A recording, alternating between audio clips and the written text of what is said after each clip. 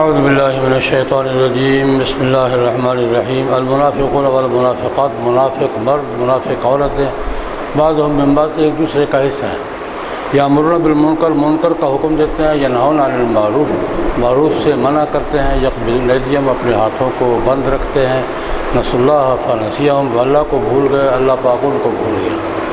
ان المنافقین هم الفاسقون بے شک منافق وہی فاسق لوگ ہیں۔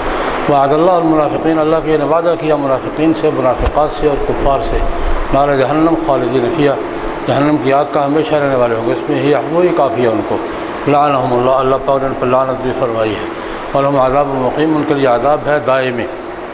کالذین من قبلکم ان لوگوں کی طرح جو ان سے پہلے تھے، تم سے پہلے تھے، کانوا اشد منکم قوہ وہ تم سے زیادہ قوت والے تھے، اکثر اموال و اولاد مال اور اولاد میں کثرت والے تھے، فاستمتعوا بخلاقہم انہوں نے اپنے حصے سے فائدہ اٹھایا، فاستمتعوا بخلاقکم تم اپنے حصے سے فائدہ اٹھاؤ، کما استمتع الذین من قبلکم جیسے فائدہ اٹھا تھا ان لوگوں کا جو تم سے پہلے تھے، بخلاقہم اپنے حصے سے، وخذتم کالذی خاضوا اور تم بھی ایسے ہی گھس گئے دنیا میں جیسے وہ گھس گئے تھے۔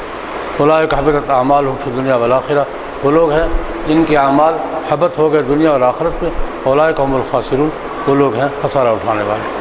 علم یاتے ہیں کیا ان کے پاس آئی نہیں ہے خبر ان لوگ جو ان سے پہلے تھے، قوم نوح، قوم عاد، قوم ثمود، قوم ابراہیم، اصحاب مدین والمؤتفقات اور الٹ جانے والی بستیاں، اتتہم رسلہم بالبینات ان کے پاس ان کے رسول آئے تھے بینات لے کر، فما کان اللہ لیظلمہم نہیں تھا اللہ پاک کہ ان پر ظلم کرتا، ولکن کانوا انفسہم یظلمون لیکن تھے وہ اپنے نفسوں پر ظلم کرتے تھے۔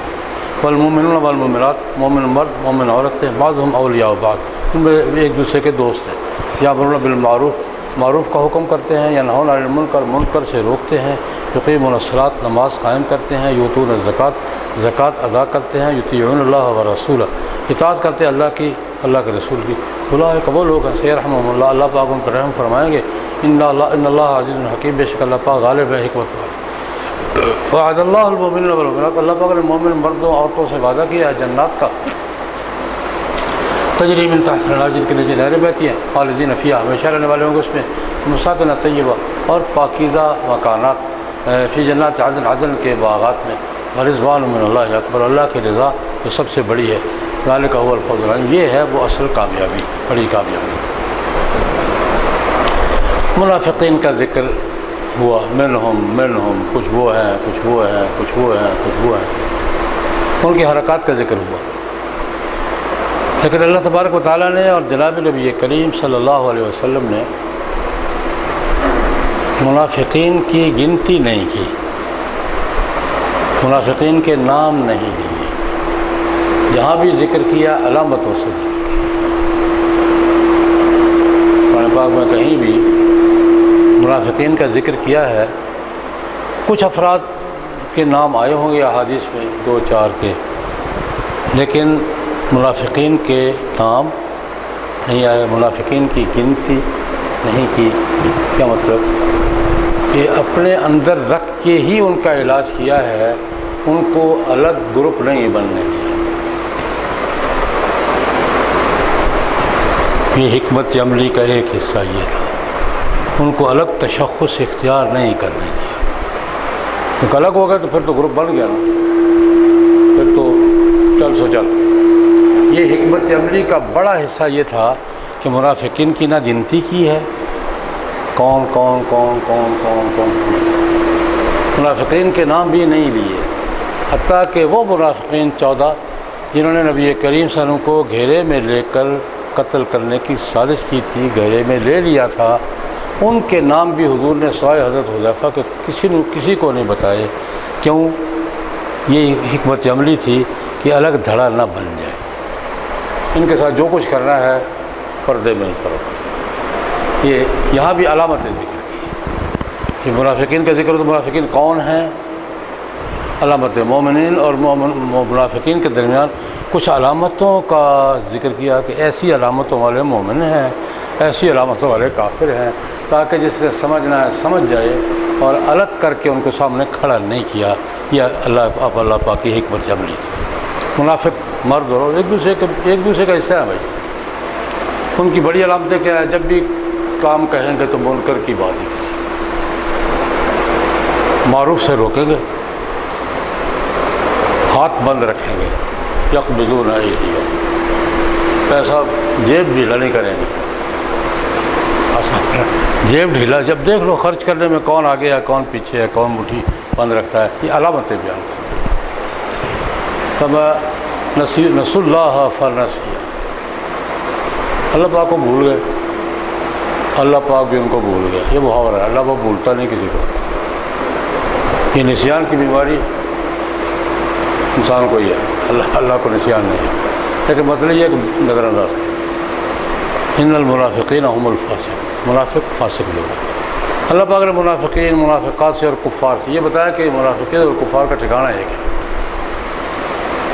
منافقین انجام میں مسلمانوں کے ساتھ نہیں ہیں، معاشرت میں ہوں گے، معاشرت میں مسلمانوں کے ساتھ رہ رہے ہیں، انجام میں مسلمانوں کے ساتھ نہیں ہیں. منافقین، منافقات کفار سے اللہ پاک نے جہنم کا وعدہ کیا ہے. یہ حسبہم، کافی ہے، اور کیا کرنا ہے ان کو، بتائیے کافی ہے. اب دنیا میں کیا سزا دینی، وہیں چل کے ہو جائے. لعنہم، عذاب الگ، لعنت الگ. عذاب الگ اور لعنت توئے ہوا بکرے، سزا بکری توئے بکری، لعنت الگ. واللہ ولہم عذاب مقیم. فرمایا کفار اور منافقین دونوں، ان دونوں کو شمار کر کے فرمایا پہلے لوگوں کا حال دیکھو. پہلے بھی یہی تھے، کانوا اشد منکم قوہ، پہلے لوگ، پہلی قوموں کے لوگ تم سے قوت میں زیادہ تھے. دیکھیں کئی مقامات پر اللہ رب العزت نے پہلی قوموں کو قوت میں، مال میں، اولاد میں زیادہ کہا ہے کہ پہلی قومیں تم سے قوت میں بھی زیادہ تھی، مال میں بھی زیادہ تھی، اور اولاد میں بھی زیادہ تھی. حالانکہ بظاہری نقشہ اس کے خلاف ہے. ان کے پاس قوت زیادہ تھی، آج قوت زیادہ ہے. ظاہری منظر کیا ہے؟ ان کے پاس مال زیادہ تھا، آج زیادہ ہے. یہ قرآن پاک کیا کہہ رہا ہے؟ کانوا اشد منکم قوہ، تم سے زیادہ قوت والے تھے. اکثر اموالا و اولادا، کیا مطلب اس کا؟ یہ بھی مشکلات القرآن میں ہے. بھائی مشکلات القرآن ایک مستقل موضوع ہے. یہ قرآن پاک کے علوم میں مستقل علم ہے. مشکلات القرآن، قرآن پاک کی وہ باتیں جو بظاہر سمجھ میں نہیں آتی. قرآن پاک کی وہ باتیں جو بظاہر سمجھ میں نہیں آتی. اس پر متقدمین میں قرآن پاک کے حوالے سے نہیں، حدیث کے حوالے، بہت سی حدیثیں بھی بظاہر سمجھ میں نہیں آتی.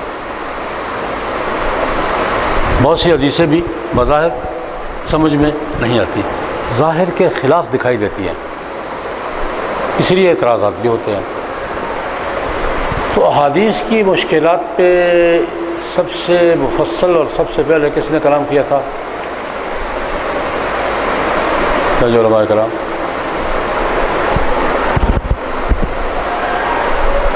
اور قرآن کی مشکلات پر سب سے زیادہ متفرق تو مفسرین یہاں ملتی ہیں، لیکن بطور علم اور فن کے سب سے پہلے کس نے کلام کیا ہے؟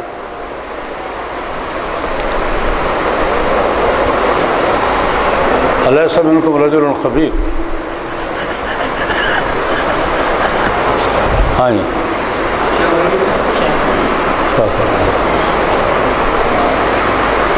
مشکلات الحدیث پہ طحاوی نے کیا. مشکلات الآثار مستقل کتاب ہے. ہم جو پڑھتے پڑھاتے ہیں یہ شرح معانی الآثار ہے. ہم جو پڑھتے ہیں طحاوی کی کون سی کتاب ہے؟ شرح معانی الآثار. ایک ہے مشکلات الآثار، مشکل حدیثوں کی تشریح، شرح و مشکلات الآثار.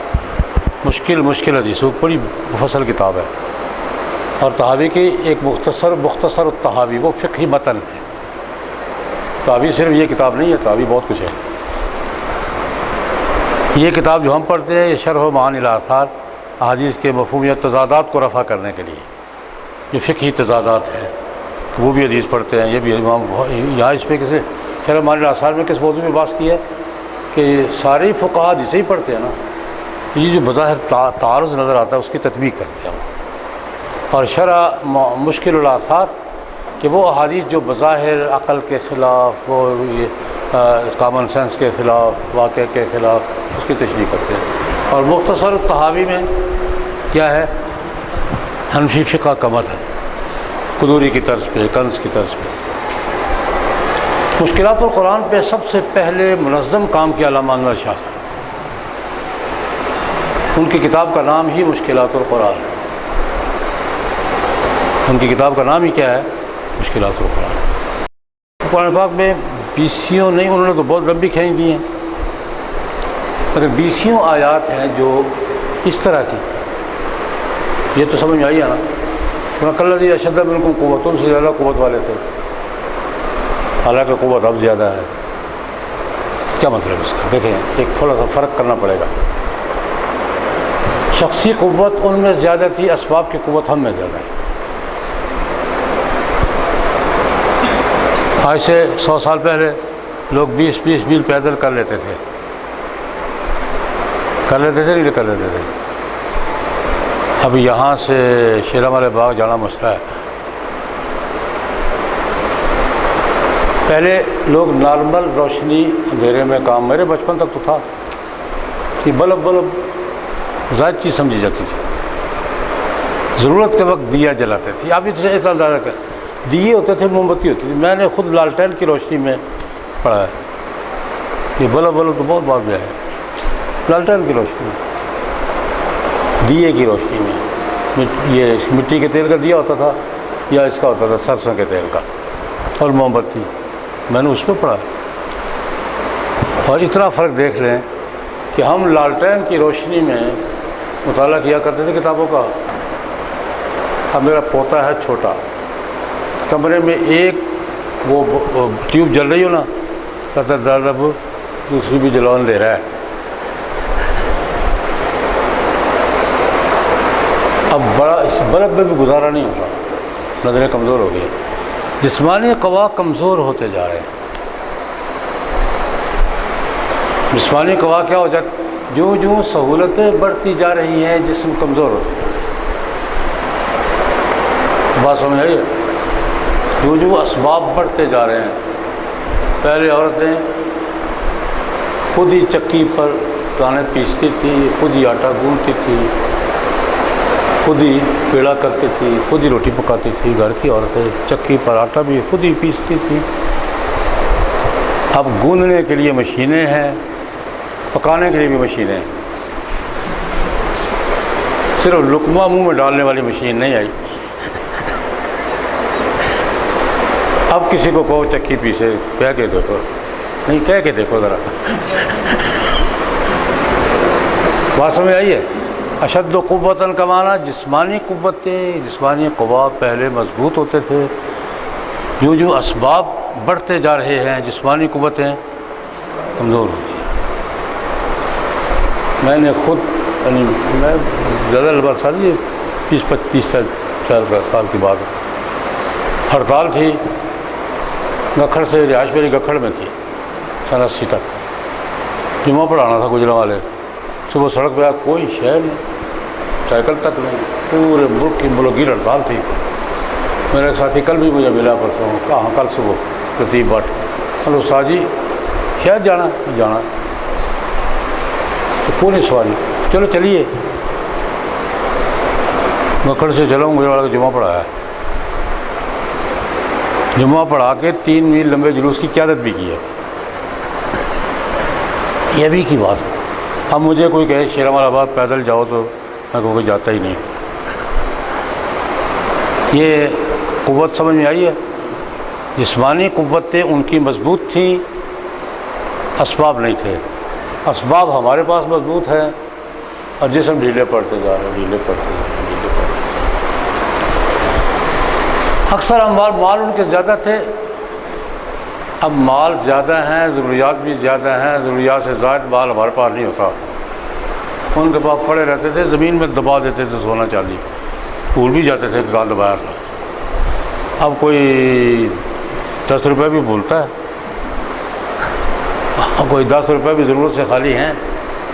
ضروریات بھی بڑھتی جا رہی ہیں، پیسے کم پڑتے جا رہے ہیں. ان کی ضروریات کم تھی، پیسے زیادہ تھے. یہ میں نے تھوڑا سا اشارہ کیا ہے، لیکن بہرحال ہمارا وہ تم سے زیادہ قوت والے تھے، مال بھی زیادہ تھے، اولاد بھی زیادہ تھے.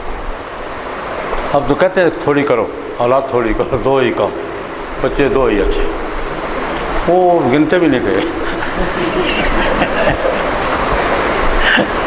وہ گنتے بھی نہیں تھے. بڑا خاص قسم کا گھر کا ذاتی قسم کا لطیفہ. ہم الحمدللہ 9 بھائی 3 بہن، 12 بھائی تھے، 3 فوت ہو گئے تھے بچپن میں. تو ذاتی خاص لطیفہ یہ ہے کہ ایک دن مردم شماری والے آئے، تو والد صاحب بیٹھے ہوئے تھے. تو کہتے میرے 8 بیٹے ہیں، اتنی بیٹیاں ہیں. وہ لکھ کے باہر سے نکل آیا. تو چھوٹا راشد، چھوٹا بچہ تھا. راشد کہنے ہو تھی 9. وہ 9 کھڑے ہوئے بلا بلا بلا. ان کو بلا کے کہا کہ 8 نہیں 9 ہیں.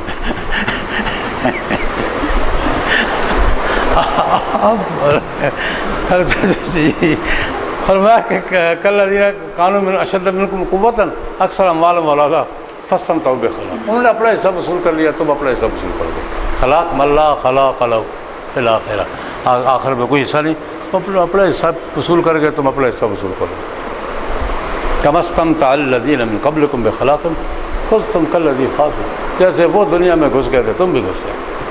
اولئک حبطت اعمالهم فی الدنیا والآخرہ. اللہ پاک نے ان کے اعمال حبط کر لیے دنیا اور آخرت میں، وہ خسارے والے ہیں. تو میں ان میں سے چند کا ذکر کیا. قوم نوح، قوم عاد، قوم ثمود، قوم ابراہیم. اصحاب مدین کون ہیں؟ حضرت شعیب علیہ السلام کی قوم. والمؤتفقات، الٹ جانے والی بستیاں. یہ کون ہے؟ قوم لوط. ان کی بستیاں الٹا دی گئی تھی. اتتہم رسلہم بالبینات، رسول آئے تھے بینات لے کر. اللہ پاک نے عذاب دیا. اللہ پاک یہاں بھی وضاحت کرتے ہیں کہ میں نے کوئی زیادتی نہیں کی، زیادتی خود انہوں نے کی. ما کان اللہ لیظلمہم ولکن کانوا انفسہم یظلمون. اس کے مقابلے میں مومنین کی صفات کیا ہیں؟ مومن ایک دوسرے کے دوست ہیں، معروف کا حکم کرتے ہیں، منکر سے روکتے ہیں، نماز قائم کرتے ہیں، زکوٰۃ ادا کرتے ہیں، اللہ رسول کی اطاعت کرتے ہیں. یہ مومنین منافقین کا فرق بیان کیا علامتوں میں. وہ علامتوں والے منافق ہیں، ان علامتوں والے کیا ہے؟ مومن ہیں. اللہ پاک نے ان سے اللہ پاک سے رحم فرمائے گا. اللہ پاک غالب ہے، حکمت والے. ان سے اللہ پاک نے وعدہ کر لیا ہے جنات کا، تجری من تحت الانہار. ہم مساکن، بڑے عمدہ مکانات ہوں گے، بڑی کوٹھیاں ہوں گی، محلات ہوں گے. جنات عدن، عدن جنت میں سے، جنتوں میں سے ایک جنت کا نام ہے. جنت ایک نہیں ہے. ایک عورت نے پوچھا تھا یا رسول اللہ، بخاری کی روایت ہے، یا رسول اللہ میرا بیٹا شہید ہو گیا ہے، اگر تو جنت میں ہے تو میں صبر کر لیتا ہوں، ورنہ میں اپنا غبار تو نکالوں نا، ورنہ آپ دیکھیں گے میں کیا کرتی ہوں. لفظ یہ ہے، اگر تو جنت میں گیا ہے تو تسلی رکھوں، صبر کرتی ہوں، اور اگر نہیں گیا تو کم از کم پھر آپ دیکھیں گے میں کیا کرتی ہوں. یعنی واویلا نوحہ کیسے کرتی ہوں. وہاں حبل تھے، چلی ہو گئی. اب جنت واحدہ بل یہ جنان کثیر. ایک جنت ہے، جنت تو بے شمار ہیں. تو ہوا حبل تھے، چلی ہو گئی، بیوقوف ہو گئی ہو. رضوان میں سب سے بڑی رضوان من اللہ، اللہ کی رضا ہوگی. ذالک هو الفضل العظیم. چلیے، ہمارے بزرگوں میں سے بزرگ تھے حضرت مولانا سید محمد شاہ امروٹی رحمۃ اللہ علیہ. تو ان کے ساتھ رفاقت رہی ہے میری، ان کی بڑے بزرگوں میں سے 23 بیٹے بیٹیاں تھے. 2 درجن پورے نہیں کر سکے لیکن ایک کم تھا، 23. اور حضرت مولانا محمد امین صفدر رحمۃ اللہ علیہ کتنے تھے؟ 18. 13 بیٹیاں 5 بیٹے. جی ہاں 18، 13 بیٹیاں 5 بیٹے. میری ان سے بڑی بے تکلفی تھی. میں نے ایک دن پوچھا تھا اسکور کیا ہے، اسکور کیا ہے؟ یہ میں بتا رہا ہوں نا. میں نے کہا سر اسکور کیا ہے؟ کہتے 18. میں وکٹ کوئی ایک ہی ہے. میں نے کہا بڑی ظالم وکٹ ہے یہ. ان کو میں نے لطیفہ سنایا، وہ جب مجھے دیکھے ہنس پڑے. میں نے ان کو میرے بے تکلف دوست تھے وہ، میں نے ان کو لطیفہ سنا. ہم روٹی شاہ صاحب تو بزرگ تھے ہمارے، ان کے ساتھ بھی میری رفاقت رہی ہے، لیکن ہمارے بڑوں میں یہ بے تکلف دوست ہے ہمارا۔ میں نے کہا مولانا وہ دو بیویاں آپس میں بیٹھی باتیں کر رہی تھی، بیویوں کا کام یہی ہوتا ہے، بیٹھی ہو تو باتیں کر رہی ہیں۔ ایک نے پوچھا دوسری سے خیر سے کتنے بچے ہیں؟ اس نے کہا جی 15۔ بھائی جان کیا کام کرتے ہیں؟ اس نے کہا بتایا تو ہے 15 بچے ہیں۔